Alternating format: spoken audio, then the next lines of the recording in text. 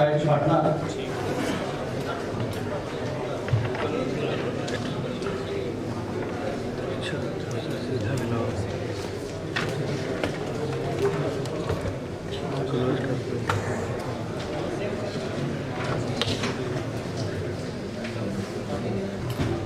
So the central part for this TBI is 11.6 crore, and the mission of this TBI is to promote incubation in agriculture, manufacturing, energy, water management, and retail technology. So these are governing body, director, associate in R&D, TBI, and the head of heavy division, Dr. Anita Gupta. And we have executive team for running the TBI. And we have also a project evaluation team. So when we receive proposals, so this project evaluation team, they evaluate the innovativeness of the project, and then we take those proposals for implementation. And this is the selection procedure for implementing in our TBI. So the advertisement is published mainly in the notice board of IIT Patna website, and also in the TBI website, that is www.tbi.com. And then so far we have done online evaluation of those applications, and we offer for implementation in our TBI. And so far 2 batches of implementations have joined in our TBI. So I'm going to just show you their areas. So the first one is the Royal and Dynamic Private Limited. So they are working on dynamic computer. Then the second one is Ugadi India Private Limited. So they are developing app for this which can be directly linked to the farmer with the consumer. And then portable power technology and limited, I think, started. This company has already launched their product, so they are also being integrated in TBI. So they are working on this battery management system in TBI. And one company is also working on this room cooler. And the second batch of TBI here, Crystal Farm. So they are working on this aquaponics, and their farm is near Ara, so they are working on this aquaponics on different plants. And then this another innovation private limited, so they are working on the hybridization of solar and wind energy. And this group is working on this oxygen concentrator. So more information you will get in our website, and we are providing different facilities to the startups.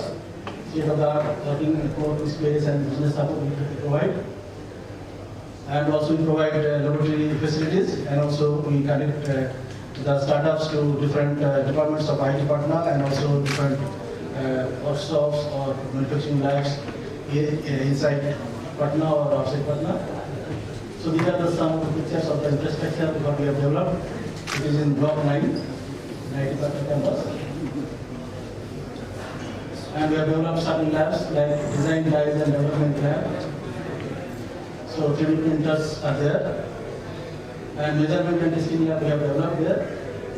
And fabrication assembly lab. So we have different joining equipments, machining equipments are there. Thank you. So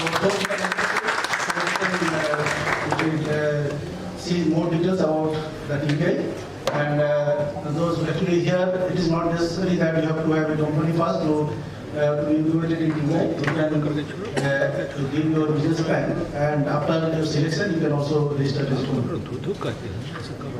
So now I am going to introduce our next speaker, Dr. Anita Agrawal. She is the head of TDP, TPD, DST. And so from since 2007, she is working in this division. So here She is working in this drug and pharma program. And their basic areas are, focus areas are biomedical devices, advanced manufacturing, waste management. So now I request Dr. Agarwal to give a talk in front of me.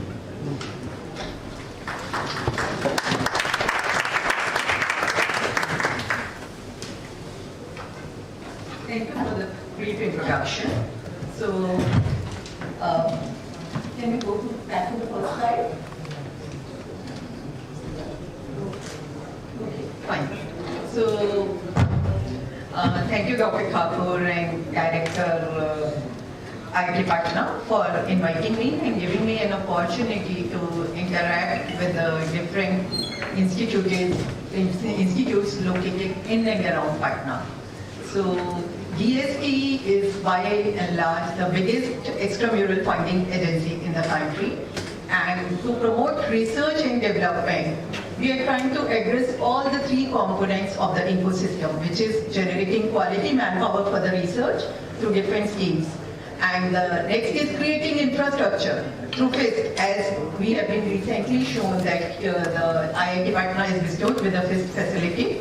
And then the next part is doing research actually. So we have many schemes which support R&D projects. And the next part which has been added after STI policy 2013 is innovation and entrepreneurship. So to promote that also, we have a different division who is looking after these activities. In the due course of presentation, I will just touch upon these things because from the schedule I have seen like infrastructure will be covered by Dr. Kohli and Dr. Gupta will also be there to cover the Nidhi and incubation and entrepreneurship part. So the focus of government currently is the problem-solving approach. So we are slowly moving from tool-centric approach to problem-centric approach. So wherever you see funding, whether you look at the basic research funding schemes also, so everybody will be asked you, will ask you how the outcome of your research will be used for the well-being of society, for the well-being of industry. By and large, like if you look at in the global scenario or anywhere worldwide.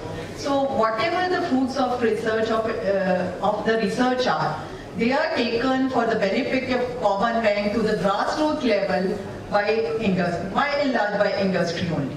So we see industry as the only vehicle which can translate your fruits of research to some goods for the use of common man. So as far as the departmental mandate is concerned, we are committed to do R&D which is relevant for the people, which is meant for the people, and whatever outcome is, it should be sustainable. And the other key word is networking. So how do we bring the groups together? How do we bring different institutes together? How do we bring different specialities together to deliver what we want to and to solve the problems which the country is facing? So in the whole endeavor, so we are building innovation capacity and capability in the country by means of various schemes. So apart from this, we have to align ourselves with various national missions and national calls, Make in India, Startup, Smart City, anywhere you look up any of these calls, technology is a key player. Technology plays a key role in serving any of these mandates or any of these calls launched by or slogans launched by the government. Apart from that, we have to align ourselves to sustainable development goals also, because as a nation we are committed to it. So our work should find some relevance in that sector also. So if you look at the emerging space of science and technology in the new global economy, like scholars, if you look at the basic research or the research which is generating knowledge, so that is everywhere, like you look across the globe, it is funded by the government. The generation of knowledge is always scholarship driven and it is funded by the government. But when it comes to technology, technology is always market driven. If you are working on any kind of technology development, you need to have a market for it. If you don't have a market for the technology that you're working upon and it is lying on the shelf, so it is not a technology. And it is not adding anything new to the existing knowledge also. because technology is always gainful use of existing knowledge to deliver the solution. So then comes the innovation. So what is innovation? According to me, innovation is which gives you a lead in the market. So if you have some innovative product, it gives you leadership in the commercial market, in the commercial domain. So all these pillars are linked to each other and they contribute to like global economy and the economy of the country also. So these knowledge seekers, they have a very important role to play in national prosperity. So if you look at new education policy also, I have picked a few salient features. So there also like a lot of stress is laid on research and development. So as an institute, as an organization, or as a university, or as an educational center, so you have to foresee yourself. So I think it's just a matter of time. This new education policy will be implemented. So in order to attain a place in the system, in order to make our presence felt, so it's high time we should start planning towards that goal. So by doing research and by adding value to that research, how we want to place ourselves in our society. So that educational eminence and the research eminence will be at par with each other in perspective of this policy. So you cannot survive by doing your education mandate alone. So you have to add something more than that as an educational institution. So like GST has a prime mandate to make S&T policies of the country. To understand what we are doing today, it is very important to understand how we have evolved over a period and how our policies have taken place in context of the times. So if you look at Science Policy Resolution, which was launched in 1958, at that time, like the main target, and at that time only all these CSIR, Council of Scientific Industrial Labs, were established. So at that time, the country demanded links of scientific temper and making people understand importance of science and science. So that time the science was more important than technology. Then came the era of technology denial. That is technology policy statement, which was given in 1983. So that was the time when we were denied technologies for some strategic applications. So the focus shifted to attain the technological self-reliance. After that, the full-fledged science policy was launched in 2003. So that was science technology policy. So this was the first policy. So where there were huge investments were planned for doing scientific research. So again, here the focus was science and technology, and the focus was made towards science. How do we attain a good position as far as doing science is concerned, and which is rated by the peer group publications that you have. So I am proud to say that we are the third biggest publishers as far as scientific output is concerned. So whatever aspirations we have set in the STP policy 2003, so we have reached those aspirations by doing investment in R&D. So next came the Science and Technology and Innovation Policy 2013. Here innovation was also recognized as one of our key pillars, and all these three pillars were integrated and new aspirations were set for technology-led pathway for attaining excellence in India. So this is how we have grown, starting from temperament, then innovation and entrepreneurship as far as the output of science and technology is concerned. So now what we are looking at is how do we encourage our researchers, our esteemed faculty members to do science and technology which addresses the sustainable development. Sustainability is the key word over here. So whatever we should do, it should have sustainability inbuilt into it. And the other keyword is networking. So how do we bring group of people together? Because when it comes to problem solving, only one discipline cannot address the problem. You need to have interdisciplinary teams, and you have to include social scientists also. So it's not only alone science and technologies. Those boundaries have diminished over a period of time, and slowly you will see that they don't have any value in the system. So So we started off when we created the verticals, different disciplines. Now the time has come again when you have to merge those disciplines and come up as a team to find a solution. Recently I heard that many IITs are also planning to open the medical colleges.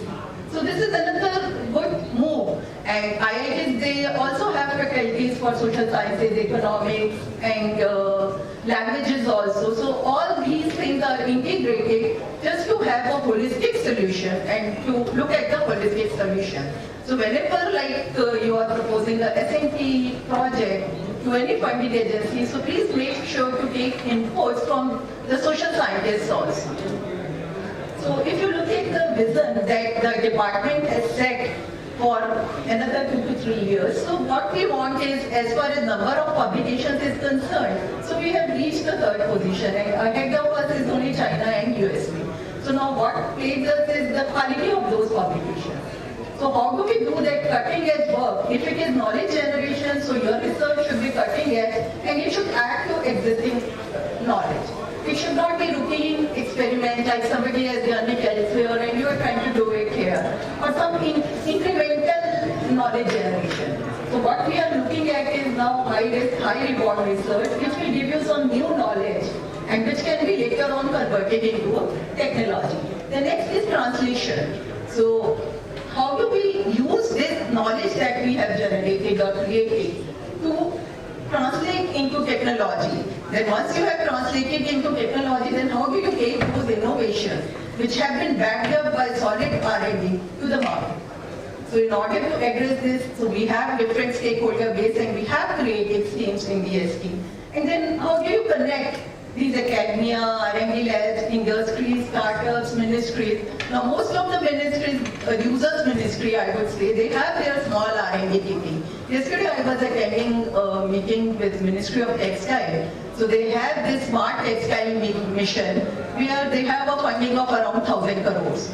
So, I mean, if whatever your area of interest is, whatever your field of application is, it's not only DST, DBT or Ministry of Science and Technology that are into funding domain. Now, all the users ministries, they also have their small funding programs which are relevant to them. So this connection is very important. So if you are looking at an industry relevant problem, it's very important for you to sit with that industry and understand the nuances of the problem that you are trying to address. So working in isolation will not yield you anything anymore. So then societal connect and contract. So science is done for the society. So when it is anything which is coming from public goods and public funding, so it's all people's money and the benefit should also be translated to the, translated for the benefit of the society. And then diversity and inclusion. This is another important issue which needs to be addressed and that is why we all are here. So the geographical location. So we have to tap the hidden resources which are located at different geographical locations. So much of the funding of DST is right now going towards the southern region of the country. So how do we encourage the other, India is not only represented by the southern part of the country, so how do we encourage people across the continent so that they can come up with the solutions and they are encouraged to work on solution-centric problems. And then aligning these S&T with national priorities. So this is another important phenomena which is happening in government. Whatever you do, it should align with the mandate of the government. So if you look at the total funding, which is extramural funding, which is provided by DST, so we are broadly divided into 3 umbrella streams. So one is S&T institutional and human capacity building.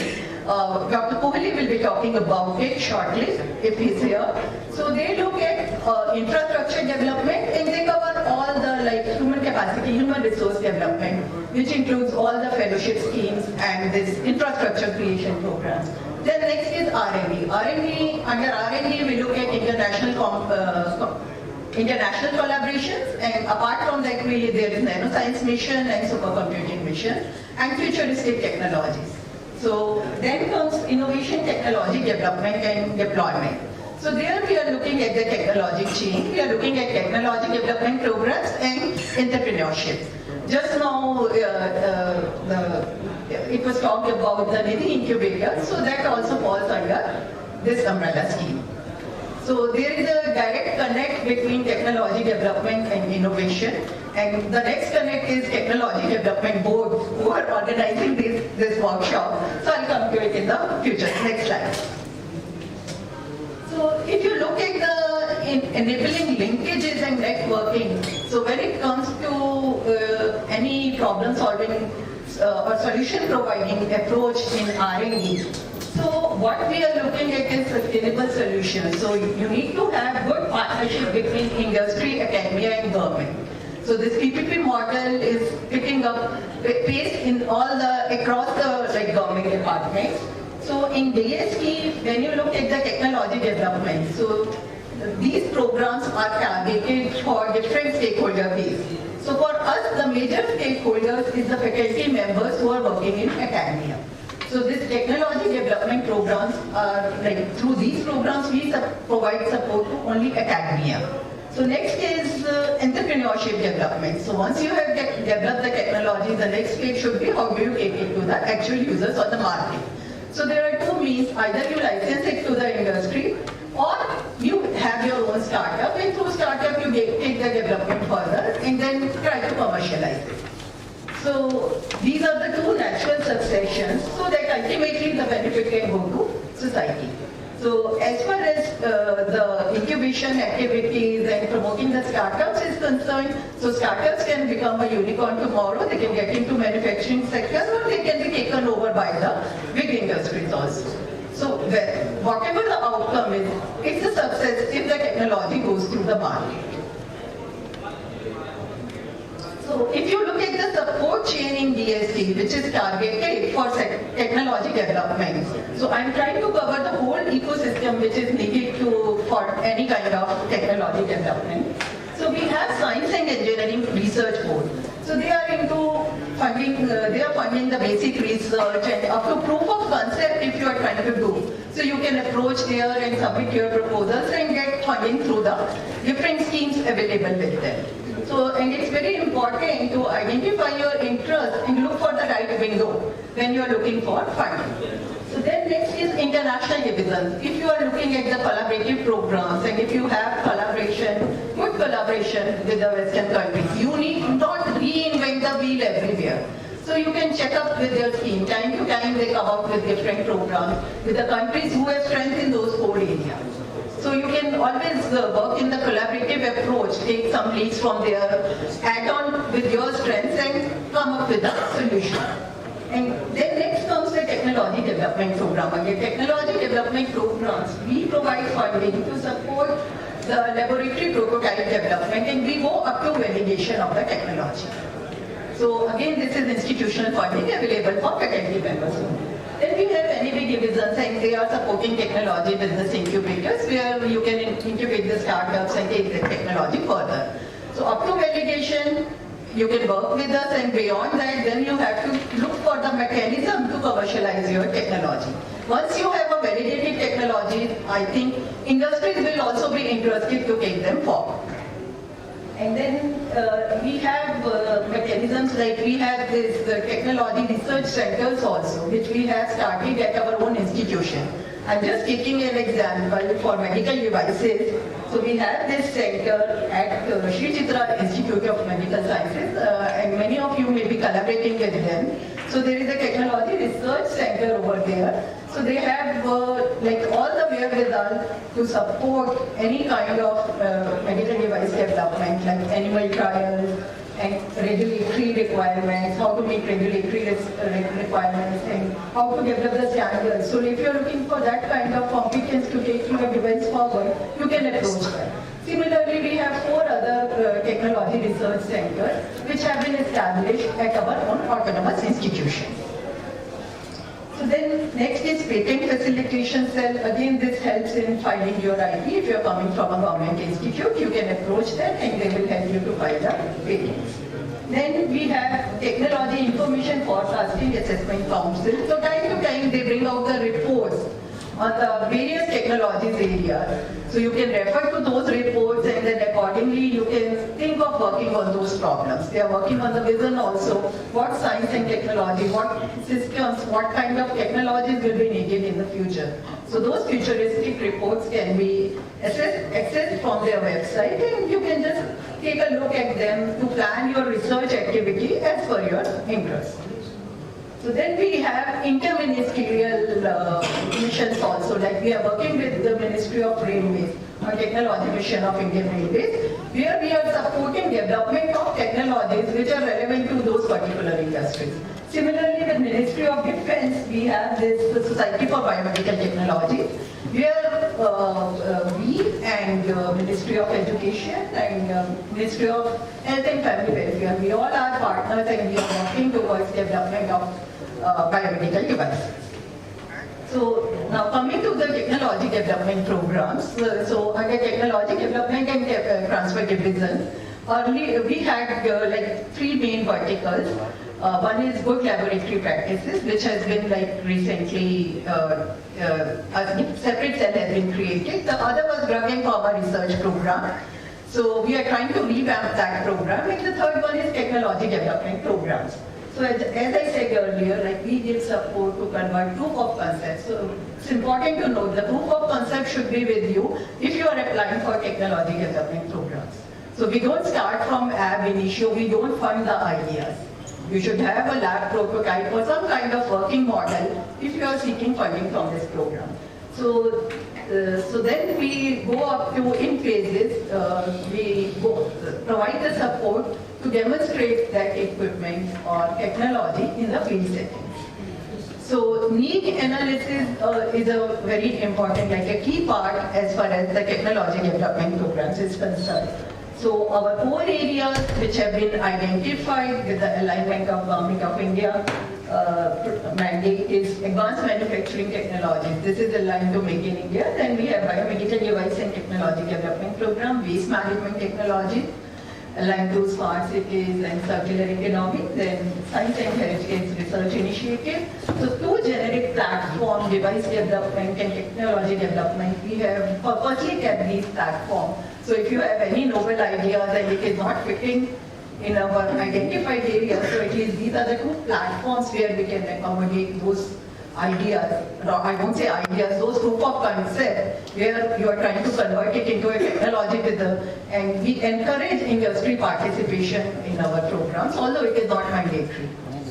So our aims and objectives include promotion and development of the promotion of indigenous development and demonstration of devices and technologies, and we also support updation of devices and technologies which have been developed earlier in the country. Like if you have some development and now you want to make it AI enabled or you want to add some new dimension to it for AR or VR. So we also support those kind of developments, but we don't support development of softwares or app-based projects are not considered in our program. And then capacity building in terms of infrastructure and human resource to strengthen R&D for technology development. So these are the core areas, and we go up to TRL level 5 through these programs. And beyond that, we expect incubators and TDD to take over. So these are the details which about the schemes which you can find it from the website also, what exactly we are looking for. And time to time the calls are launched from the division and you can check our website. So right now no call is open, otherwise I would have given some description about that call. So we have recently closed the call under technology development program where the key areas were agricultural technologies, and then we were looking at sensors for disaster mitigation and then more technologies. So the call has recently been closed down. Advanced manufacturing also we have recently closed.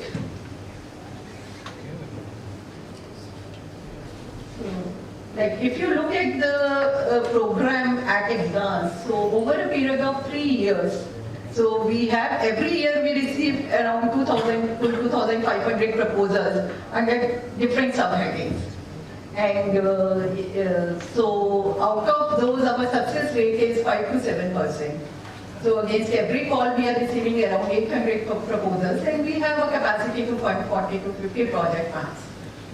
So, and then average cost of the project is 50 lakhs, but there is no bar on the budget. So we have supported projects for 20 crores also, and we have projects for 10 to 12 lakhs also. It all depends on the merit of the project and kind of support which is needed to implement that work.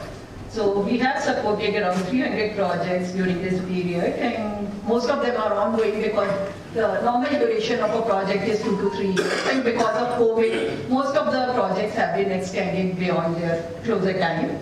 And in the process, like in the form of JRF, research associates, as a temporary manpower, we have trained more than 600 people, which we see as our future resource to work in the area of technology development.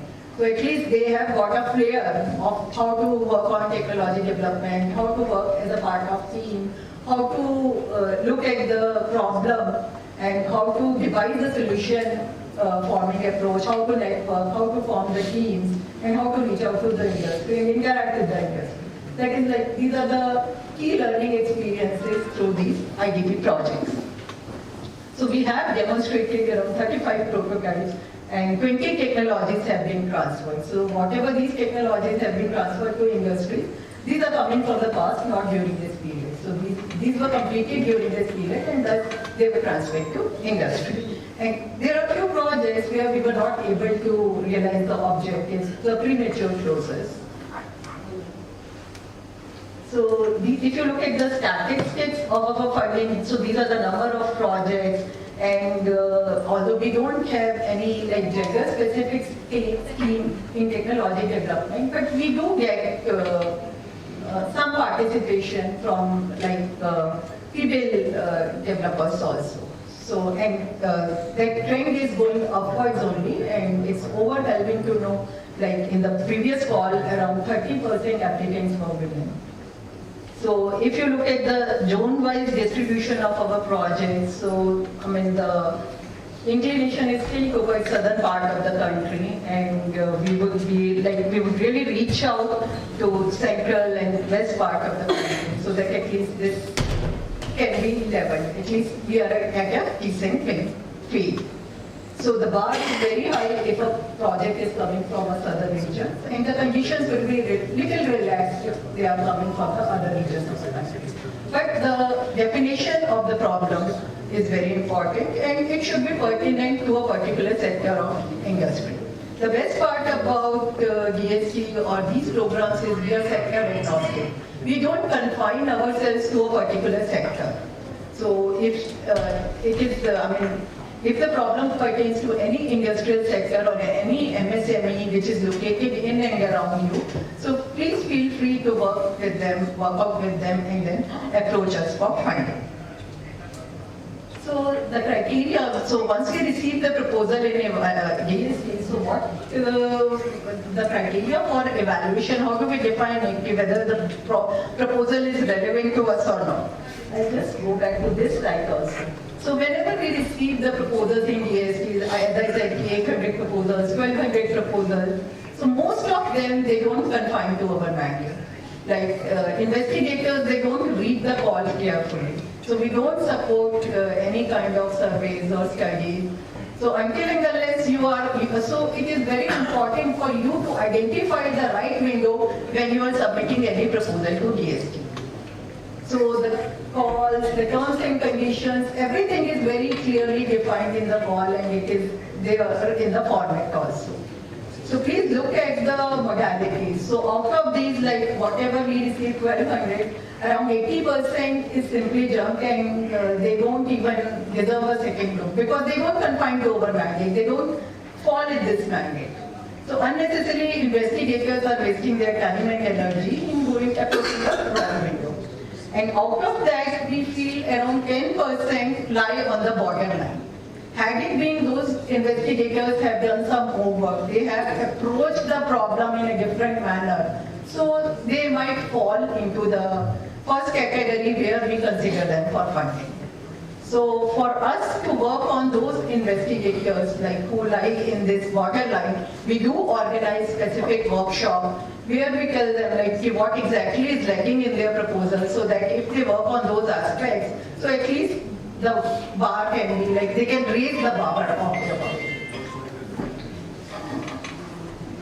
So coming to the criteria of evaluation, so proof of concept is very important for us. What kind of work you have already done, how you have proven your idea. If you don't have proof of concept, then we don't consider it out in our program. Or if your idea is exceptionally good, so then it's a different case. But otherwise, for routine work without proof of concept, we don't. The proposal does not even qualify for screening. Then industrial, clinical need, whatever target you are targeting. So have you done the need assessment properly? And how with your solution you are going to meet that need. So in this case, techno-economic analysis is also very important. You should not be providing a solution which an industry cannot afford. So if you are looking at a solution, it should be like economically viable also, and industry should be in a position to adopt that also. If you are coming with a solution which requires a different infrastructure altogether, then it will be very difficult for any industry to absorb your solution. So all those things are kept in mind when the proposal is being evaluated. Then novelty. What kind of novelty you are introducing? Novelty in the process or in the application of technology. Here novelty does not mean any novelty in the knowledge generation, but the novelty in the solution that you are providing. Then deliverable. What will be your final deliverable? What kind of solution you are offering? So whether it is acceptable to the industry, whether you will be able to demonstrate in the industrial setting. So all those things are being looked at when a proposal is evaluated. So exploratory research, studies, surveys, we don't support under this program. So if you are looking for that kind of funding support, so you have to look for a different scheme. And DSP has a wide stakeholder base. So we have schemes starting from the school students to the entrepreneurs and to the industries also, for the common man also. So you have to look for the right window that suits your interest. Everybody cannot be a technology developer, everybody cannot be an entrepreneur. But those who are interested in these activities, at least it should be our collective effort to bring them to the forefront and provide them all the support to come forward. So these are our usual call of proposal. This is just a prototype which I am projecting here. So this is how we are defining the problems. So these problems you are looking for a viable solutions, and then and accordingly, like if you are working in these areas, you can apply these calls. These are two old calls which I am projecting, just to give you an idea. What are the, how do we project a call? And once your project is completed, so this is how we capture the outcome of any project. So these are all the parameters that we look at once a technology development project is, which is the final conclusion. So whenever you are writing a proposal or you are trying to work on a technology development aspect, so please keep all these parameters in the mind, because at the end of the day you will be asked about all this information. So this is all about the project support which we have been providing through our division. Now I'll come to the infrastructure facilities that we have created. So we have created hubs. We are working on the hub and spoke model. So for biomedical devices, two such hubs have been created, one at Anna University, Chennai, and the other one is functioning at PGMER, Chandigarh. So, strategically this decision was taken. One was at Anna Engineering College and the other one is the Medical College. Because as far as biomedical devices are concerned, you need inputs from both the sides. Without clinical inputs, if you develop devices, clinicians will not accept it. So it's a different community and they need to be on the board if you are trying to push any kind of medical technology. So these hubs, they are maintaining a regular interaction with industry. They are interacting with the healthcare system in the respective state. And apart from that, they are doing some training programs also. They are looking at regulatory issues also. So again, when we were supporting these technology development programs, we observed that the individual investigators can take them up to a certain level. After that, there is interest being out and they move on. They want to move on to next project. I mean, that could be like because they are looking for promotions and from many like career point of view and because of other interests. So in order to take these development forward, and another problem we were facing is to like if you want to validate any instrument that you have developed, you need to produce it in few numbers to take it in the field and then test it. So these facilities were created to address those issues. So they have limited manufacturing capacities also. So if you want to produce it in few numbers for limited trials, so these hubs are there to help you out. Apart from doing some research work, they will help you with the regulatory processes also, and then standards, and as far as limited manufacturing for limited market trials. Apart from that, they also like are interacting with the incubators, and they also help the innovators like who want to go through that entrepreneurship roles. So they have linkages with all the components of the systems, and they are trying to push the technologies through the system. And PGI Hub is helping with the clinical validations of the technology, which have been developed through the support of our program. And some of you, as far as the medical technology is concerned, so recently Ministry of Health and Family Welfare, Department of Health Research has launched the policy for clinicians also. Even clinicians can now have their own startups and they can also get into entrepreneurial activities. So again, it will become a norm for now medical hospitals and medical colleges also to have their own incubation activities, and clinicians who are working in this system, they can also have their own incubators, startups and companies. So the country is changing, and incubation and entrepreneurship and commercialization is being recognized as an important component to take the developments forward. So the other infrastructural initiative that we have taken through our division is like, if you look at the Institute of Eminence like IITs, NITs, they are very few in number, and not even 1% population of our students who are pursuing science, they get an opportunity to study in these institutes.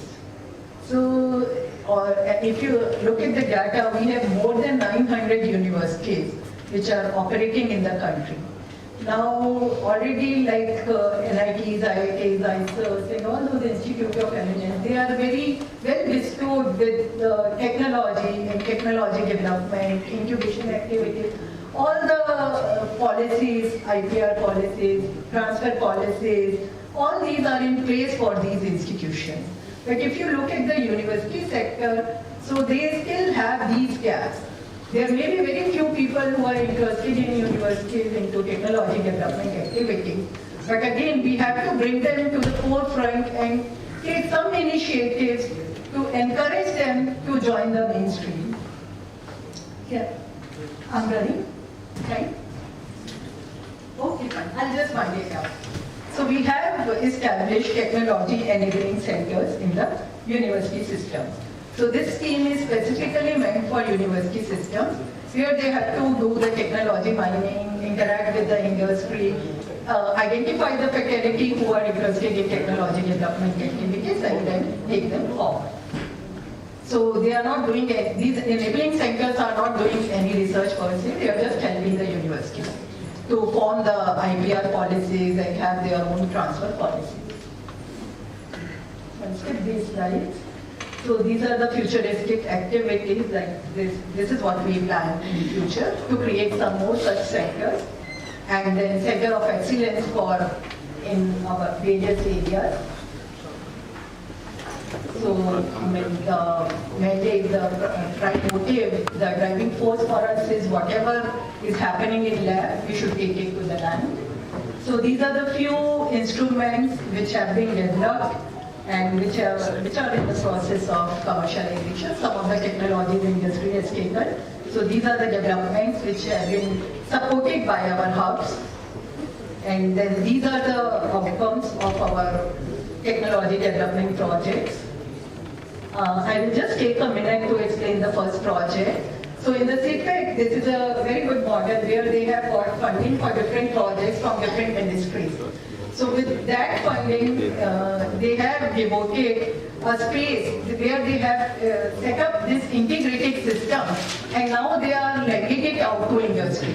Any industry who is interested in the waste management of electronic waste, they can just take this place for a year, run the system, get their own waste, and then run it on the system. And if they are happy with the outcome, they can have their own manufacturing unit. So this is one good model which has come out from our program. So I think 2 industries have already taken it on lease for a year, and one of them have found it useful, and they have gone ahead in setting up their own plant. So these are other technologies which are being demonstrated in the industrial settings. So this is another example where this hearing aid and audio meter was developed, and the developer, the biomedical engineer who was working in the project, he has his own startup now. He's registered on the GEM portal and he's selling the devices. So this is another example where the technology was licensed to industry, and now industry is producing this, and they are going into the market. So, I mean, it depends on the choice of the developer, which model they want to adopt. So, again, patent facilitation is Madam will be covering. So, our aim is to reduce these time gaps which are there in the cycle of product development. So, if you give a ready technology to the startup, at least they have a good start to take it forward. So this is all the things that you have to do while you are moving from a concept to product. So this is the kind of scientific team from DST who is working for this technology development program. Dr. Neeraj Sharma has recently superannuated, and I have taken over the division after his superannuation. So we have reached a range. So, in global innovation index, we have reached 48 position, and now we are aiming to be in first 25. And we need support from all the technology developers to propel us and support us in our activity. So, thank you. Thank you, ma'am, for giving such details on TDP. And now, because we are running late, so I can ask 2 questions. We can have questions together because we are not same industry. Oh, like the same time. Maybe that one. So, I request my Professor Thakur as a token of appreciation to present more to my work.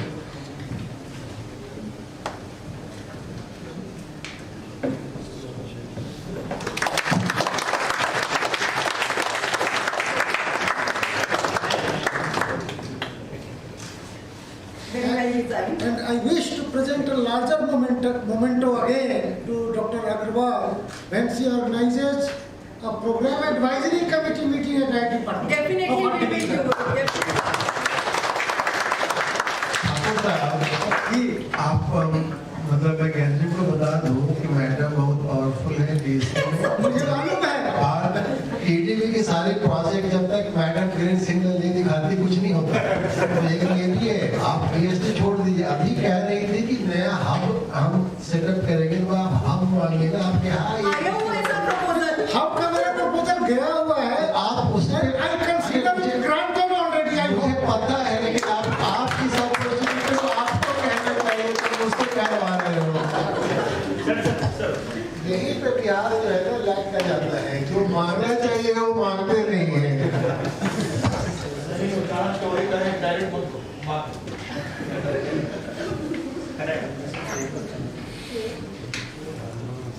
बहुत अच्छा design किया है। ये यहाँ का traditional art का है। Madhubani painting के थ्रू ये चाणक्य का बना है। चाणक्य जी भी यही कहते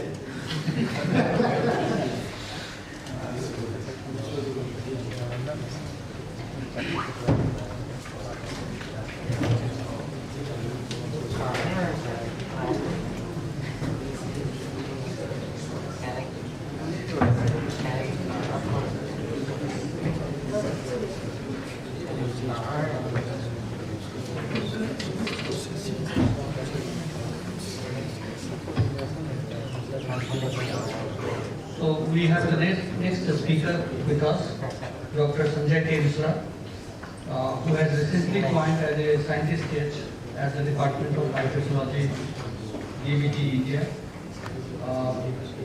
He was serving as the advisor and head of the Inspired Division of the Department of Science and Technology. And Dr. Misra has also, he was also the forward advisor and head of the Iran Division of DST. He is from mechanical engineering background with BTech in mechanical engineering. He has 20 years of teaching and research experience in India and abroad, especially in countries like Australia, US and UK. And his area of research is biomedical engineering. Now I would like to invite him for his talk. Thank you.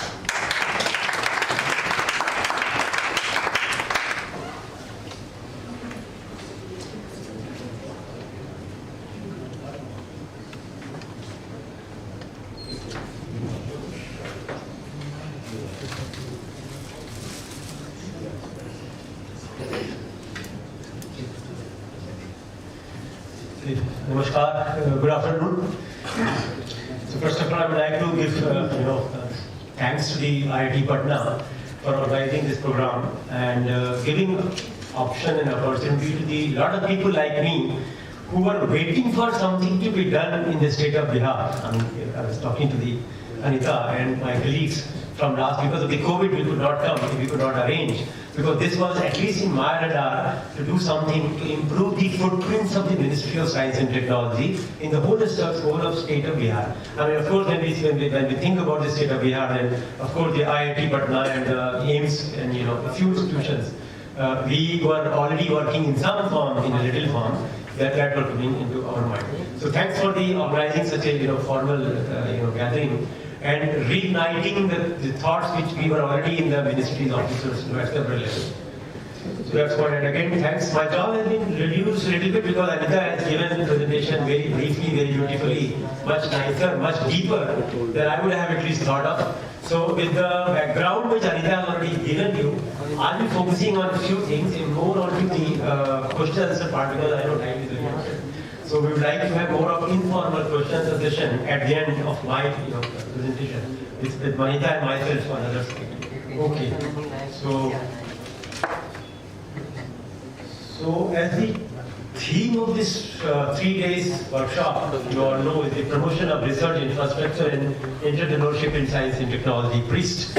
So I've just taken that, I'll be focusing only on when you say research infrastructure, which includes physical infrastructure where the programs, you ask for the equipment and buildings, but the most important component in this research infrastructure is the human resource. Because no matter if money can buy things, material goods, with the human resource, whether the professor is there, scientist is there, student, postdoc, if that linkage is not there, no matter of money can bring the research, and the knowledge creation cannot happen, and nothing will move up into the ladder of the innovation thing. So that is the most important, human resources.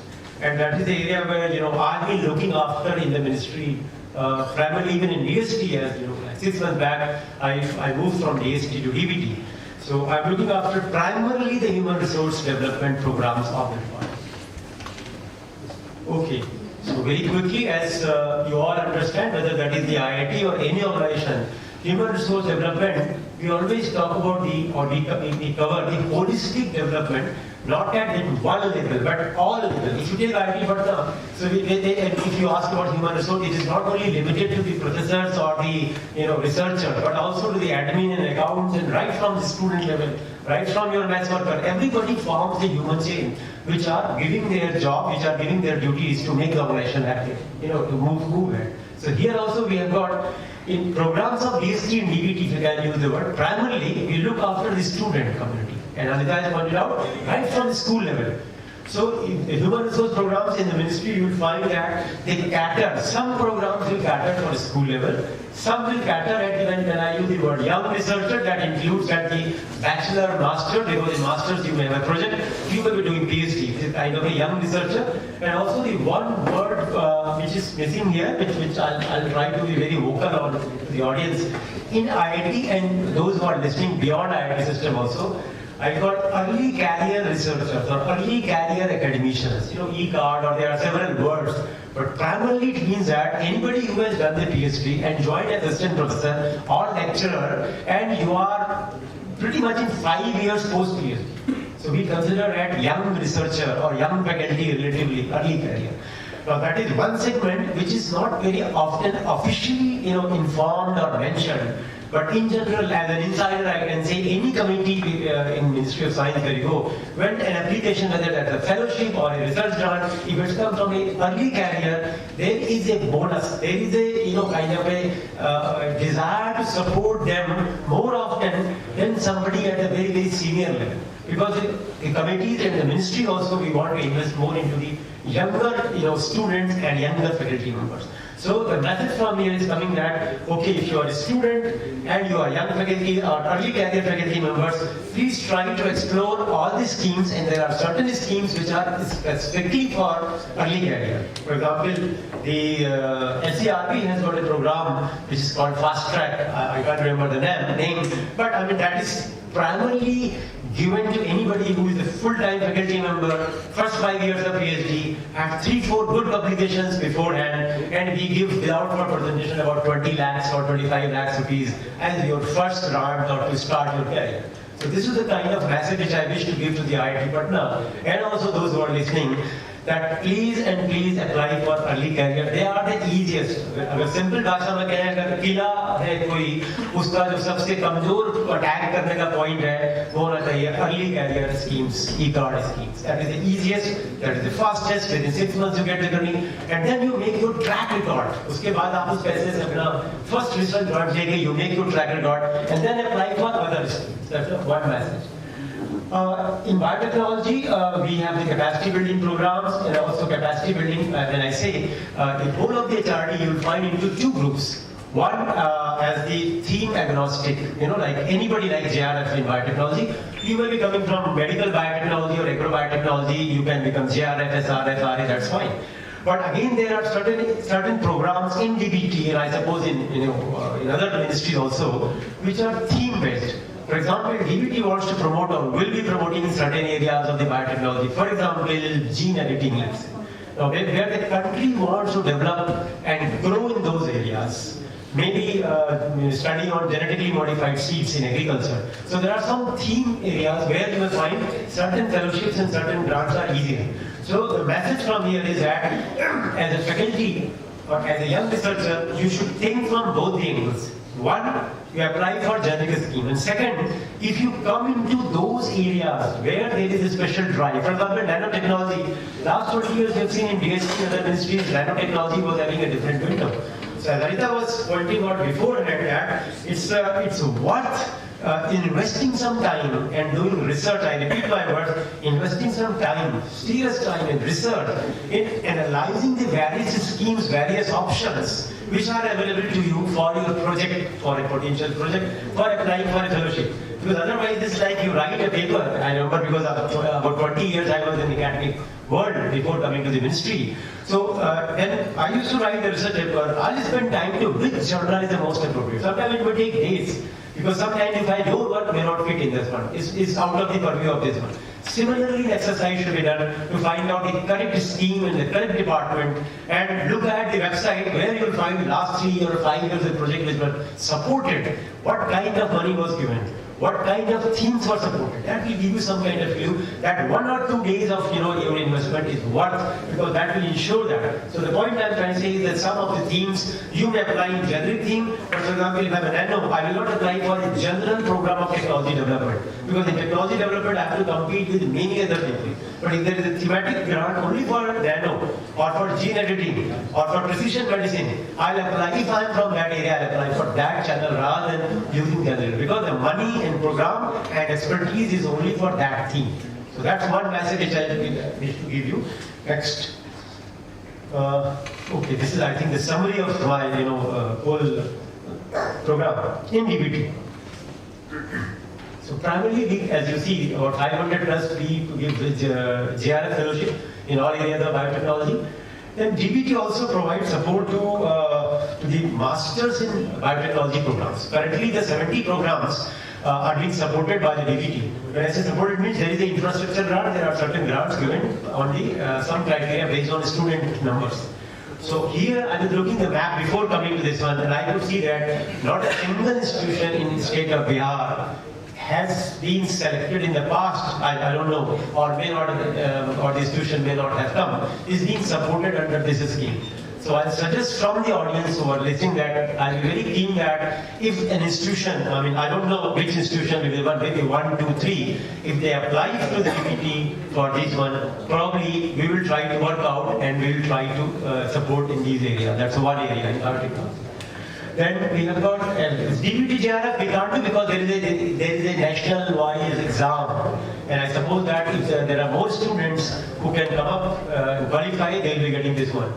Then there is a 75 number is the Ramalinga Swami Fellowship. Again, this is especially for AIMS and IIT Patna and some good institution where you believe that you can recruit faculty members from outside or potential faculty members who will be working in Sweden or Germany or US. And if the department as a head, as a dean, if you think that this person is a probable faculty member, okay, and the process of selection, I know IIT also is a cumbersome because you have to do the ad and application and process. But this is much more shorter because every 6 months, Ramalinga Swami provides you kind of a bridge to come back to India from wherever you are, and that assures you roughly at the moment is about 1.25 lakh rupees per month as a fellowship and a grant. So they can become a Ramalinga Swami, come back to India, join any institution of their choice, and have a recent about 10 lakhs rupees research grant, and up to 5 years. Again, it is DBT's view that you can work for 5 years, but especially for IIT Patna, I will expect that they may work for a year or two. So even IIT is not sure whether to give him a tenure or regular faculty or not. So you can have many strategies around this one. And there are 2 fellowships because I have worked in DST. Ramanuja Swami is only for life sciences, biotechnology area. Ramanujam fellowship is for the other area also. So this is one kind of a tool which IIT Patna, AIMS and many institutions can use it because this is much more shorter, quicker, and doesn't guarantee a job but gives a choice to IIT Patna to look for a person, and after 1 year, 2 years, if he or she is good, then you can always absorb. Then we have got the MK Bhan Fellowship. I think I'm trying to increase the number and also the domain. This is also for a postdoctoral level fellowship, and the number of, I think, postdoctoral fellowship are a little bit, complex in sense. First, I personally believe that India doesn't have the culture of postdoctoral fellowship, neither we have enough number of postdoctoral.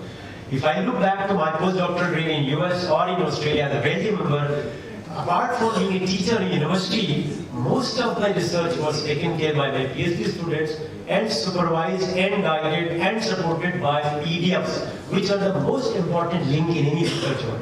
Unfortunately, we do not have culture and we do not have that kind of a vibrant ecosystem of a PDF. At least for engineering subject, I am sure. Maybe in sciences there is some. So this is one area where I wish to improve in the department. All suggestions are welcome from you people that how do I build up under the constraints of the postdoctoral fellowships. Then we have got number of other, these are awards, and numbers are much less. I don't care for that. But primarily what I'm trying to say in HRD, in DBT, the big numbers are for supporting to the number of PhD, postdoctoral, and the smaller numbers are awards which are given to 1 or 2 people in certain areas which are recognition of their work. So we have got all the areas covered here. I won't go fellowships, I have just quickly covered that this is here. One point which is close to my heart because again, I was head of the Women in Science Division in the DST. So there is one program in DBT also which is called BioCare, which I have put red color. Now this is interesting, which I wish to percolate down through you, through faculty members, through students, especially when we look the trajectory or career profile of a women scientist in India or even in abroad.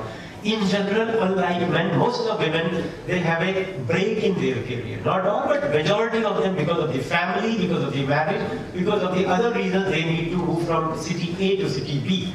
And that is where they have to start career, and especially when they have the family responsibilities. So there is a dip in the numbers. If you look at the data also, on y-axis you have the percentage of the women in workforce, and x-axis is the age. You will find that in the South Asian countries, especially India, you will find from 22 to 32, there is a dip into their workforce participation. And then after 35 it goes up. So it clearly shows to the policy member that at that age there are women who go out of the business, out of the job, out of the profession, then they want to come back. And despite their gold medal, despite their best track record, this gap very often sometimes becomes a barrier to re-entry into the job market. Because when you are 35 and somebody, either another woman or a man who doesn't have a career break, when you compare the CVs of two prospective faculty members, the one has a gap of 4 years, one doesn't have, then it is not a fair thing to compare these absolutes. So Government of India has started several schemes to promote the women to re-entry, and one of them, with DBT is coming on the BioCare program. I would like to emphasize the point that these two schemes, one is done by the DST also, which is called WAS scheme. This is eligible only for women who are 28 or plus age, and they can apply, I repeat, till 57 of age, number one. So that means we are trying to create a parallel. They can't provide a job. DST, DBT can't be permanent job. But what we are trying that if there are cases which are, like women with talented in science and technology, that should not go waste. And they should be employed, they should be in the productive business, if I can say, into the science and technology and research through this scheme.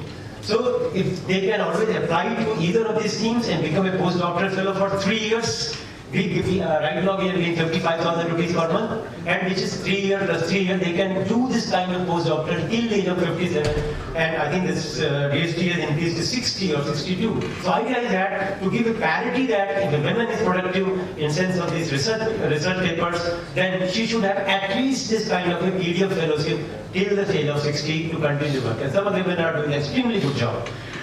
I'm again very happy during my DST tenure. I was able to segregate, because there were certain women, like couples come back from abroad or even in India, because husband is in IIT Patna, wife is not having a job in Patna because she has to be here only. I'm just giving an example. Then with this scheme, if a woman does 2 projects, then instead of 55,000, I am dividing into senior women fellowship and junior women fellowship. So where you can have associate professor equivalent kind of a person to become a women scientist under this scheme. So the point which I wish to request all of you, that if you find this such kind of a potential women scientist, like they should use these channels. And I tell you, in the past, based on my understanding and my own experience, hardly I have found any committee or any process in DST or in DBT where, because of lack of money, we have rejected somebody's proposal. It was other way around, that if the proposal is good, if the candidate is good, of course there may be some cases, but by and large we had enough number. We were not getting enough quality projects to support that. Similarly, for women scientists also, we always say, if there is a spark, there is a confidence of the committee that if given a chance, she will be able to do the justice with fellowship we have always given. Okay, so it's a very affirmative action kind of this scheme. I wish to have more women scientists back into the mainstream. So, quickly, there are a number of fellowships. I will not repeat. There are international fellowships, Indo-Australian, Bright awards. DBT gives a huge number of awards, 2-3 awards in different areas of biotechnology. Please have a look. Now, this scheme is also under review. Training program, DBT provides a number of industrial training, apprenticeship also into skill development. Because it is not only, I think in the morning there was a lecture from the Madam Entrepreneurship lecture, where she was also telling about that it's not the scientist alone, it's the whole of ecosystem, because she needs the process technology, you need the technicians, high quality regulatory managers, especially life sciences, drug design. So we are trying to develop the programs for industrial training at ITI level, polytechnic level and other level, who could be kind of into the, who will be giving their support into the system. There is a Khurana program, scholars also. I would like to just tell, especially for IIT Patna and other professors and teachers, that this Khurana program is for 6-month program where about 50 students are selected and they go to the University of Wisconsin in US, where late Hargobind Khurana in his memory we have started. And idea is to give the exposure to master's student, PhD student for 6 months of his summer placement. So this is very competitive. We said only 50 from India, but nevertheless, if you have got these students, please advise them to at least apply. And again, in my last slide also, I always come to the IIT Patna that please apply. As a DST DBT person, I have seen when I see the application, if I have got 3x, the application from the Bihar state or even from the whole of east of India is in single digits sometimes, less than 10. And compared to other states, I find 100 plus. So it becomes very difficult if you have only 3 applications, how do you support it? So please encourage more students and more fellows to at least apply. उसमें कोई पैसा नहीं रखते हैं. Of course, some time is there, but we always get less number of applicants. That's my complaint. Then teaching program I have already discussed. Now this is another program which I wish to pinpoint again to this audience here in Patna especially. DST has got a fixed program to support the infrastructure for PG programs, PhD programs for IITs or universities. Fine. DBT also has a similar program to support R&D infrastructure. Okay. Now the difference in DBT, what I found is within the infrastructure program, deliberately at policy level, we've divided 2 sets of applications. One open for anyone. Second, there is a rural category. So that means the competition and the money and the committee is formed to support the colleges, postgraduate colleges, who may not be in, let's say, metros, who are not in Tier 1 cities, Tier 2 cities, Tier 3 cities. Like here I can see, in the morning I was listening earlier, Bhagalpur has got several universities. Nalanda has got other places. So some of those institutions who are not so lucky in that way because proximity of NCR or Bangalore or Hyderabad, but the scheme is designed to cater them only. So there are more chances. Again, the application has to come. And I was just telling with Anita also that probably I think आपने पहले बताया तो मैं पहले भी आपको बता रहा था कि next time में आपने बात किया पहले क्या था हमें I'll be coming with my team of the DBT in HRD to have a kind of a session where a pre-application or a draft application is ready. Not only from IIT Patna, again IIT Patna is a means for me to reach whole of state of Bihar or at least near my institution. So if you should do a kind of a big further or a mentorship role also, apart from being an IT, I think you have that responsibility to support the other scientific ecosystem. So if you can invite 10 and 20 prospective and do your screening at your level, then we will be more than happy to come over and have a 1 day or half day workshop there so that their applications are robust with the experts and with the team. So this is another area which is called Star College Scheme of the DBT. We must get some application from nearby good colleges, PG colleges who have potential. Again, this is another scheme. I'm sure many of you may be aware, but may not be aware. I think most of may not be aware because when I sit in this committee, I don't find applications from this part of the India. Again, this is outreach program.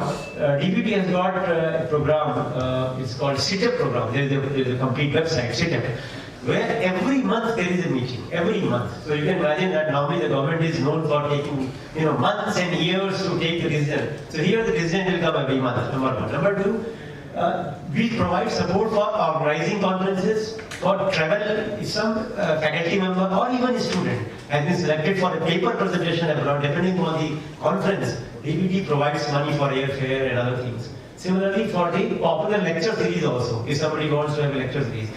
Again, I am saying that we don't get applications under this scheme from this part. Again, I'll request your dean sir that not only for IIT, but at least, and the good news is that right from I get the application from 25,000 rupees to maybe 5 lakh to 7 lakh rupees. So it's a huge market. Even for like 20,000 rupees, a student wants to move from, let's say, from Patna to going to the Coimbatore or Chennai for a conference. This is a good support for airfare and basic thing, or going to abroad. So this is open. The scheme is open. Every month there is a meeting. So please use these means to come up.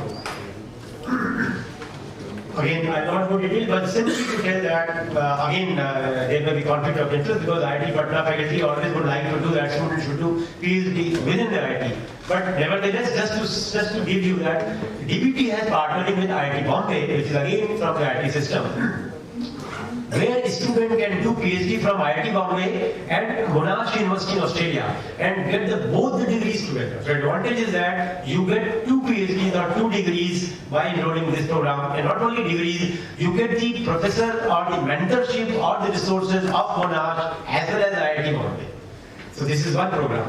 The point I am trying to make, in the last Apex committee meeting where the IIT Bombay and Monash were sitting, I have raised and documented and raised that point that this scheme should enlarge to have students from other IITs at least. If IIT Bombay is there, then why not all 20 odd IITs should have, because in certain areas IIT Bombay may be good, but maybe certain areas other IITs may be good. So that is in pipeline. I am trying to push that because we are paying money and it should be a national effort.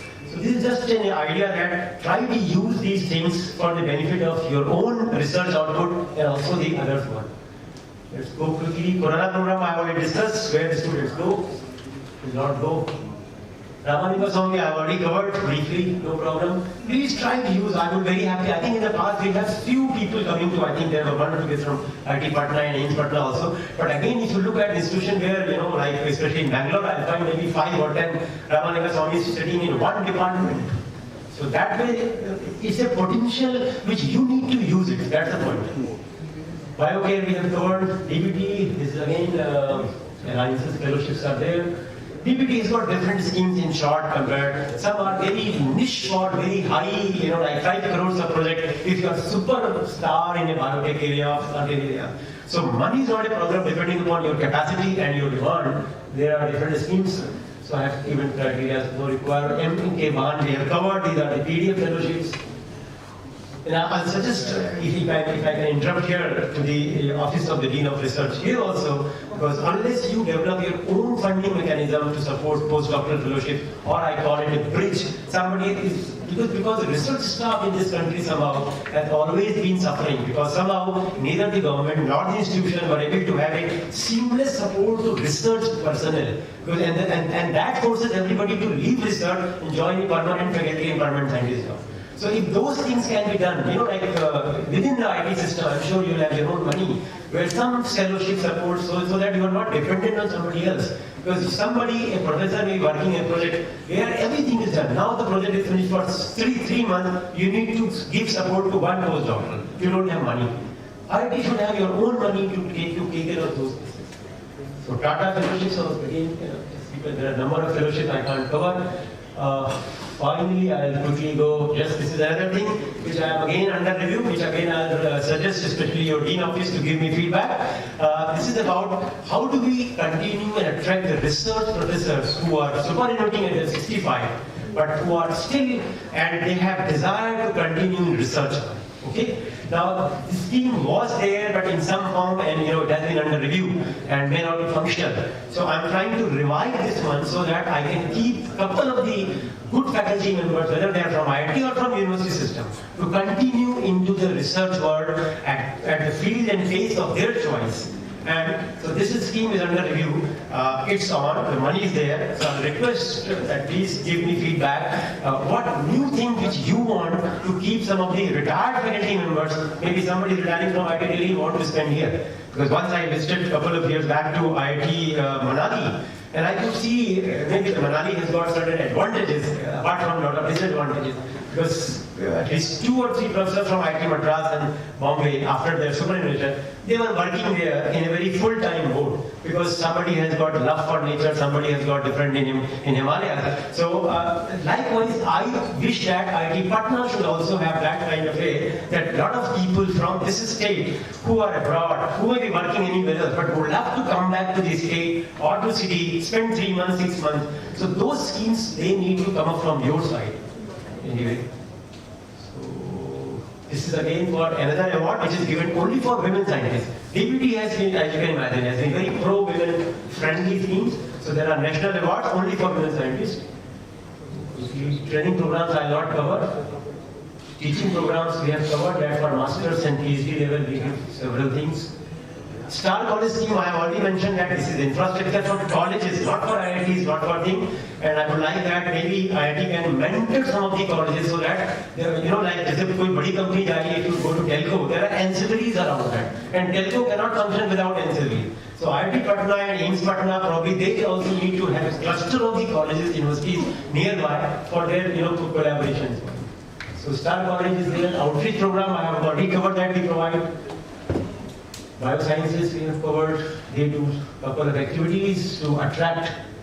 This is my only slide, the last one where I'm coming, this is about the BIREC. I'm simply trying to say that DBT has got, like TDB is there, like DST has got, BIRAC is an organization of the DBT where the moment you have created the knowledge, now you want to convert the knowledge into patent, or you want to convert the knowledge more into the product, process, you are a startup, anything into that trajectory, please contact BIRAC. BIRAC has got several schemes, very fabulous scheme in biotechnology as a startup, and many things. BIRAC is a wonderful organization. If you look, the number of activities they have got, right from a PhD student of IIT Patna or any university can take help of BIRAC if he or she is thinking into that line of product development.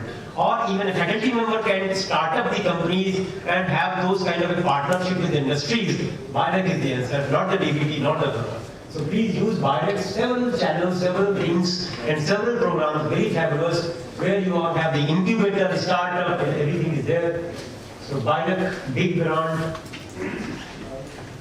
Finally, this is my last slide which I have prepared in the morning itself that because other things you can see, they are primarily about DBT, the DST, about the schemes.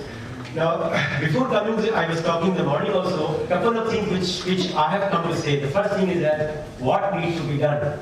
And I was talking to Dr. Mishra also and Dr. Pathak also about from the DST, DBT or ministry's perspective. First is the awareness among the institutions in the state of Bihar.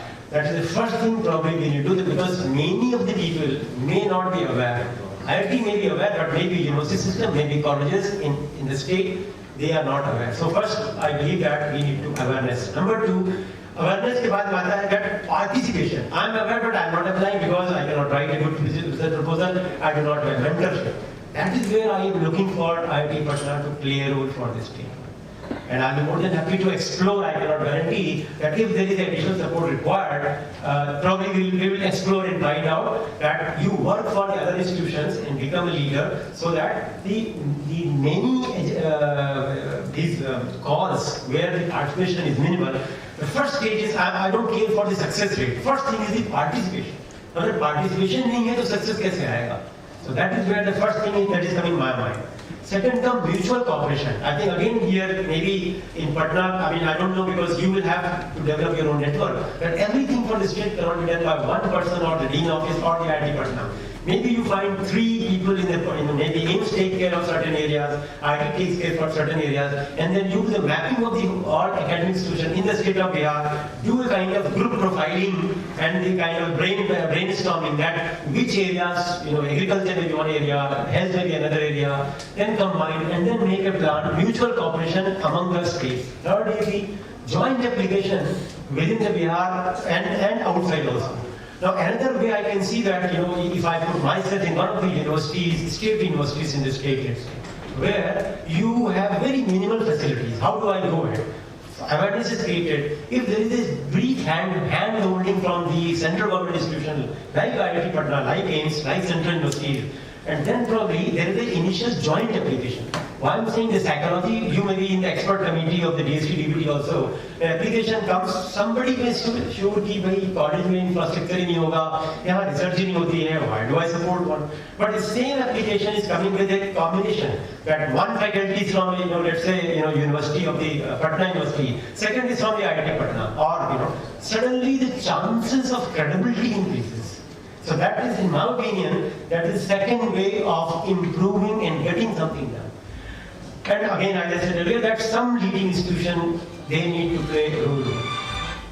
Last point, which is for me and for my friend at the Ministry of Science and Technology, can facilitate, start boot camp, have small one-day, half-day workshops for the grant writing with expert committees coming here and advising the students, faculty members, how to go ahead and work out. And last, again, I'm saying that the one thing which I'm not happy in the past, that I don't get even sometimes zero application. I've got maps, I've got in my schemes distribution among the whole of India. And it is very common for me to say the state of Bihar had 0 to 9. So we don't get number of applications, number of project things, and that binds my hand. So please apply the first thing. Whether it is rejected or accepted, that's the second thing. So with these words, I think these words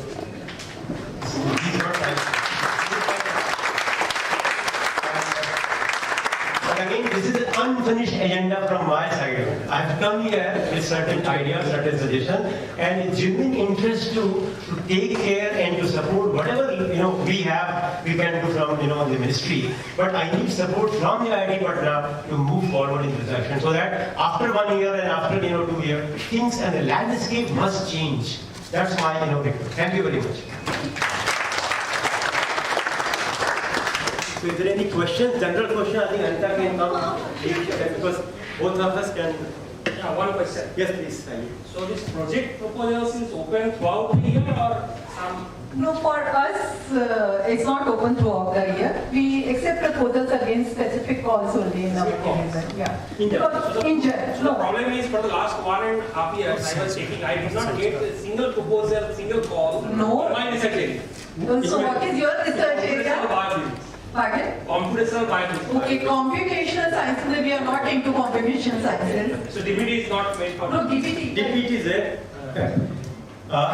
I'm also new to DBT, okay? Number one. Number two, in DBT, last 3 to 4 months, there's an internal review going on of all these things. We've got new secretary, and the message is that the whole of the DBT will go to the call-based only in future.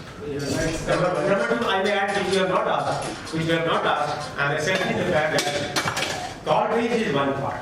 Second part, which you have not asked, is that we are terribly and miserably weak in timelines of giving grants to the PIs. You apply in 2019, we take it in 2020, money goes in next year.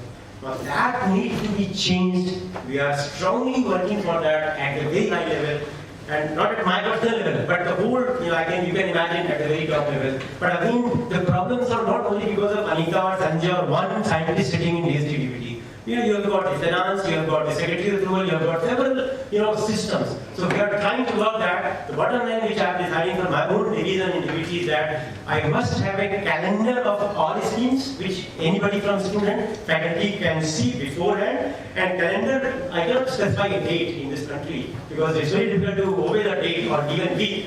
If I am okay with a month, that by July this ad will come, fellowship start, and by December the result will be announced, and by March the money will be given to first round.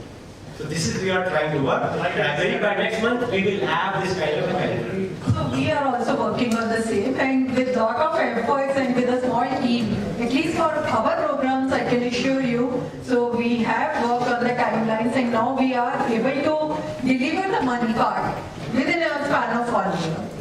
So, but still we are working on it, and we are also going to go for this system only. We will have a calendar very soon, and we are brainstorming on it.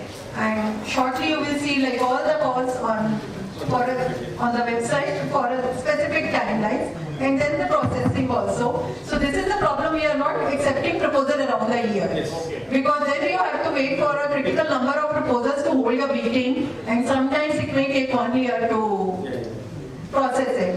And you cannot have meetings every month, so that is not practically possible. I have another question. And so since DBT is basically focusing on the biology related problems, so can we use, I don't know how far it is to maybe policy make.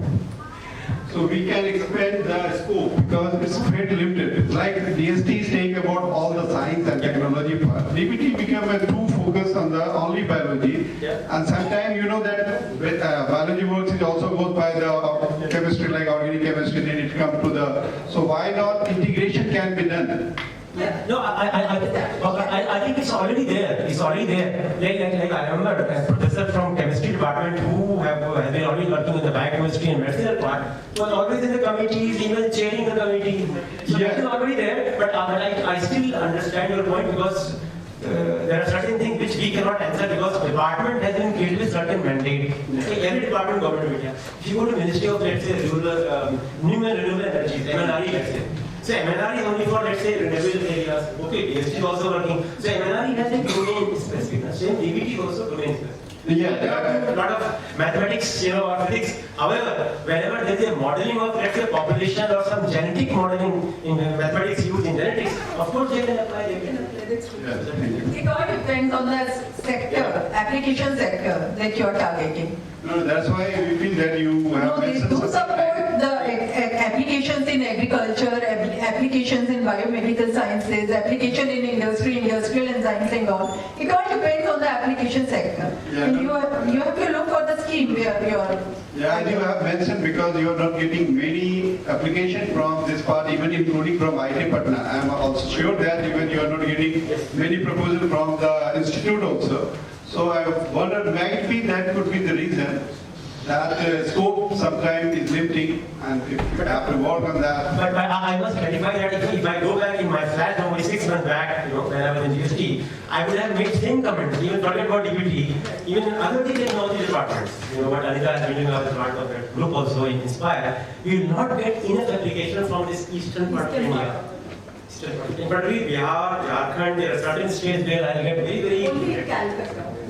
Yes, if you remove the Calcutta, even IIT Kharagpur and Calcutta city, you will not find anything from east part of India. Jadavpur University, Calcutta University, and And in Mysore.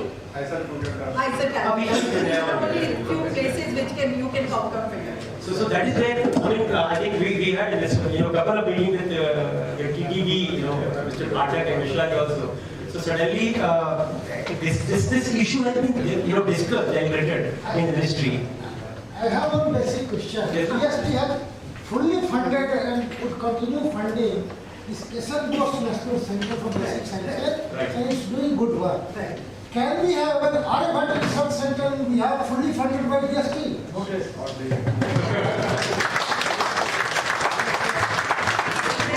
This is not a question which can be addressed our level. I mean, for this, Secretary level? no, beyond that.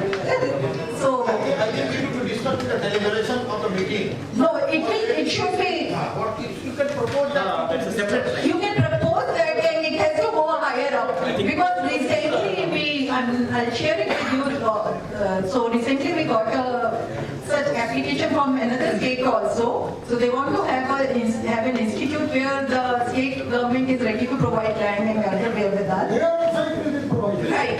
But again, so this decision has to be taken at the PMO level, a different level altogether. I think Not even our ministry level. It has to go up, come from PM level. But the entire PMO level. SL comes from DST only. No, agreed. We have such autonomous institute. I'm telling you, like we have 23 autonomous institute. But these decisions have to be taken at PMO level, not at the level of ministry. And secondly, similarly, DST has given a full R&D center ARCI at Hyderabad. No, ARCI has again, it's a DST autonomous institute only. So that is what I'm saying. The institutional building, it comes from the. हमारा जो level है, आप अपना point, इनका point, that's fine. इनका point हो गया है. I think we should not use this platform as what I pointed out. Aryabhatta report and next you play what is the Artist. One research center like ARCI Hyderabad. CNR with single pen in one meeting has.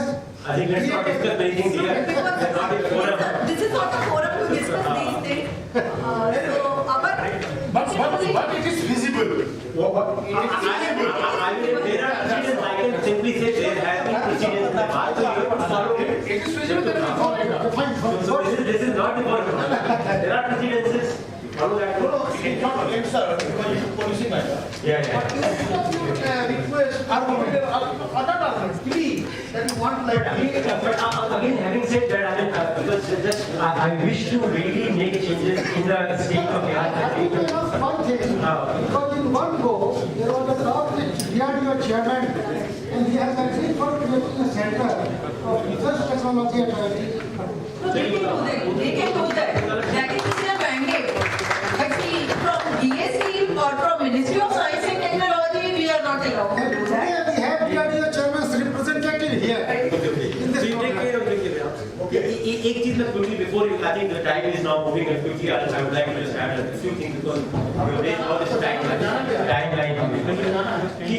In DBT last 1 month we had some internal discussions and as a researcher, because many of you in the sitting in this room, you find something very silly problem they can say. For example, we give money under XYZ heads, equipment head, this, that, you want to recruit JRF and they give the money. Now, even for the change from JRF to SRF, you write a letter to the ministry. Then Anita cannot do, because we are also tied up with the FRF. We also move a file. It takes months and months. Sometimes, a lot of time is wasted on this one, despite the fact that we are not giving any extra money. It is simply a change of heads, number one. So two things, there are many things, but two important decisions which DBT has taken. Last week we have got the order also, which I believe gives you, to me also, because I myself have been in different part of the table. I've been on this side of the table, I've been on the other side of the table. Now, one, if the total money is not increased under the same way, you want to reshuffle, it is allowed at the PI level. You need not approach to the DBT. That is one. Second point. So ये अभी order निकलने वाला है. इससे क्या होगा कि बहुत लोगों को लाभ होगा, क्योंकि आपने जो प्रोजेक्ट लिखा था उस समय आपने जो भी चीजें लिखी थी, you want to spend only 10,000 rupees from, let's say, travel into consumable or consumable into these things. So they have been done at the minimum level. Of course, there are certain rules like which finance says about the capital goods, कि उसका budget ही अलग होता है. That is not being touched. But others के लिए there has been lot of relaxation at the PI at institute level. Number one. Number two, because I come from HRD and I can imagine I was having a project also in the past. एक problem होती है as a faculty member that you have got a project, okay? DST, DBT सभी हम आपको 3-year project, 5-year project, but money is given for 1 year. Now, first release is given, so you recruit the human resources, RA, JRF, project assistant, even आपने अगर एक attendant रखा हुआ है जिसकी तनख्वाह 20,000 रुपए है, एक साल बाद there is always a break, because by the time you submit your EC 31st March होता है, जब तक वहाँ जाता है, फिर वहाँ से होने के बाद जब दोबारा पैसा मिलता है, usually there is a gap of 1 to 3 months, but sometimes it could be 6 months also. And the students currently, जो आपके काम कर रहे हैं, जिनकी मैं बात कर रहा था, जो सबसे हमारा जो चेन का वीकर पॉइंट है, PhD student, post doctoral and अगर सीनियर पोस्ट डॉक्टरल है, ये जो हमारा काम होता है, ये सबसे सफर करते थे. So what DBT has already done, it has been OM issue हो गया, पर अभी आप लोगों के पास नहीं आया है. With our internal meeting, what we are proposing that if a project of 3 years is approved, then first release will have usual first year release of equipment and will have 2 years of human resource budget. So salary component of your staff will be for 2 years given in the first instance. So that will say at the end of first year you don't have money for anything else, but you have salary component to support your students and research. And during that 1 year process, आपका use case C1 पे जब दोबारा आ जाएगा, then you have your second year theory. So this is another thing which I think is small, but because I myself have faced the problem, and this is very good news for your student staff to be motivated. Otherwise आप research में वैसे भी कम लोग जाना चाहते हैं इस देश में, उसमें फिर आप उनकी तनख्वाह भी 1 साल बाद लोग देते हो, हर 6 महीने बाद 1 साल बाद उनको आप जो है पे नहीं मिल पा रही है. So this is the point I'm trying to make, that these things we are also trying to make the life easy. Honorable Minister has also announced this. I think आप लोगों ने क्विक वगैरह में पढ़ा होगा ये 2 साल की सैलरी वाला, and plus 1 review during the duration of project. 3 साल में 1 review होगा. This will be include DST also. Not DST. Not yet, but हो जाएगा क्योंकि जब मंत्री जी ने announce किया है तो we are a part of like same ministry. ये अभी अनाउंसमेंट हुआ था, DBT का फाउंडेशन डे था अभी 27 तारीख को. तो जब उन्होंने अनाउंस किया है तो it will come to DST also. It's just a matter of time. And I was very keen because that foundation day was HRD day, so I was part of that program. That is where we have done all the work in DBT. But I'm sure once department has done, I'm sure DST will have pressure to. Otherwise also, like if you have any such suggestion when you are implementing a project and if you are facing challenges, you can always write to us.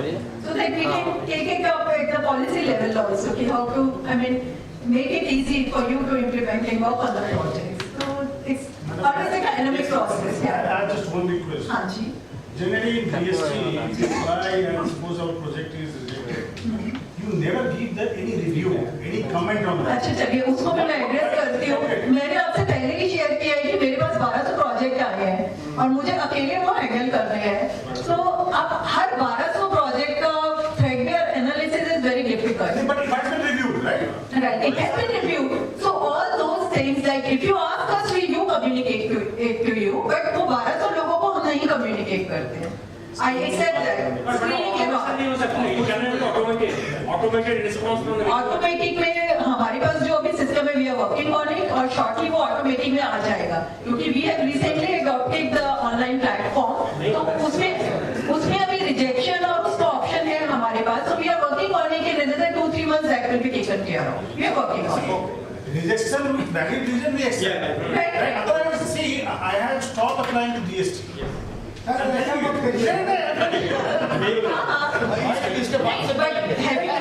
have you written to the program coordinator asking for the reasons? No, see. अगर reject हो रहा है तो it's your responsibility also to take it forward. आप पूछिए कि वो हुआ है, क्योंकि GST में कुछ भी बिना रिकॉर्ड के नहीं होता है. We record all the reasons. Madam, generally we provide the reviews actually for Right. each project actually. Right. So why don't those reviews were shared with PIs or? No, see, actually once I send a project for review, I may get 3 conflicting reviews. Right. If I'm sending it to 3 people. So you will review in your own capacity, with your own aspect, with your own thought process, and the other one will be review in a different manner. So if I share all those reviews, they may be conflicting. So it's just that it all depends. So if somebody asks for it, we pick only the points which are coherent and then communicate it to the PI. We do that. But if you ask for, so if there are 1200 copies, I think the point noted, I mean, no, it's a very good suggestion and we are working on it. the reason I'm saying, Improve our project. I agree. the idea for sharing is not it's not waste, because I believe like ARC in Australia where I got a project. No, I will get the reviewer 1 reviewer 2 comments in my first thing, okay, and then after that even if my reviewers are good, there is no guarantee, because after these reviewers it goes to the another committee, and then there is a final selection. And the final selection is always saying that despite our best efforts, there are a number of projects which were recommended, but we are separating because we have money only for So them. initially, But अभी क्या होता है, यहाँ पे हम लोग reviewer का जो प्रोसेस है उसको शेयर करने से, स्पेशली यंगस्टर्स जो यंग लोग हैं जो अपना कैरियर शुरू कर रहे हैं, उनके लिए बहुत जरूरी है. होता है. so initially when we were getting less number of proposals in the technology development program, we were sharing all the reviews. Imprinting your project, GST imprint. हाँ, imprint जो MHRD GST इसको रिव्यू कर रहा था, right? GST ऐसे आदमी कर रहा था. ऐसे आदमी कर रहा था. हाँ. Right? I think we can have discussion on that. You please. We have to board flight. That will be by the airport. They have permitted the flight and I have given my time to speak. Okay. No problem. Thank you so much.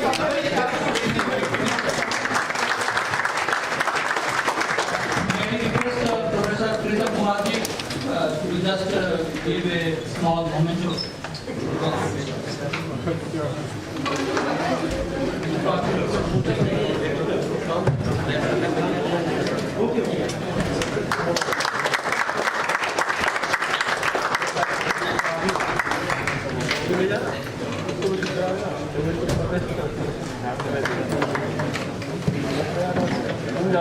for state level coordination and nearby